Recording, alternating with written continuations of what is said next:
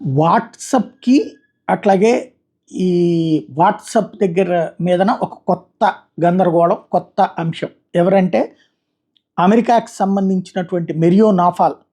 ఈయన ఇచ్చినటువంటి స్టేట్మెంటు, ఈయనొచ్చేటప్పటికి మిలిటరీలో అక్కడ ఉన్నటువంటి కీలకమైనటువంటి ప్రతినిధి అని చెప్పాలా. తను చెప్తున్నదేంటంటే ఏదైతే ఫేస్‌బుక్ యజమాని జుకర్బర్గ్ $20 బిలియన్ వాట్సాప్‌కి పెట్టి ఎందుకు కొన్నారంటే, డేటా ఒకళ్ళ దగ్గర నుంచి ఒకటి తీసుకోవడానికి. ఇప్పుడు మనం వాట్సాప్ చాట్ చేసేస్తాం. ఇది ఎన్క్రిప్టెడే. కానీ ప్రతిరోజు రాత్రికి దీంట్లో ఉన్నటువంటి ఆల్గారిథమ్స్‌ని బట్టి ఏ టాపిక్స్ మాట్లాడుకున్నారో దాన్ని బట్టి ఆయా సదరు సంస్థలకి ఆ మార్కెట్ వెళ్తుంది. టోటల్‌గా చూస్తే Zuckerberg paid $20 billion for WhatsApp. Why? Because everything that goes through there is diced and analysed and used to sell advertising to that customer.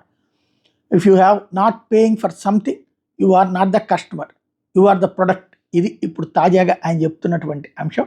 తద్వారా దాంట్లో మనం చాట్ చేసుకునే దాన్ని బట్టి ఈ కథలు నడుస్తూ ఉంటాయి అన్నటువంటి తేల్చి చెప్తున్నారు.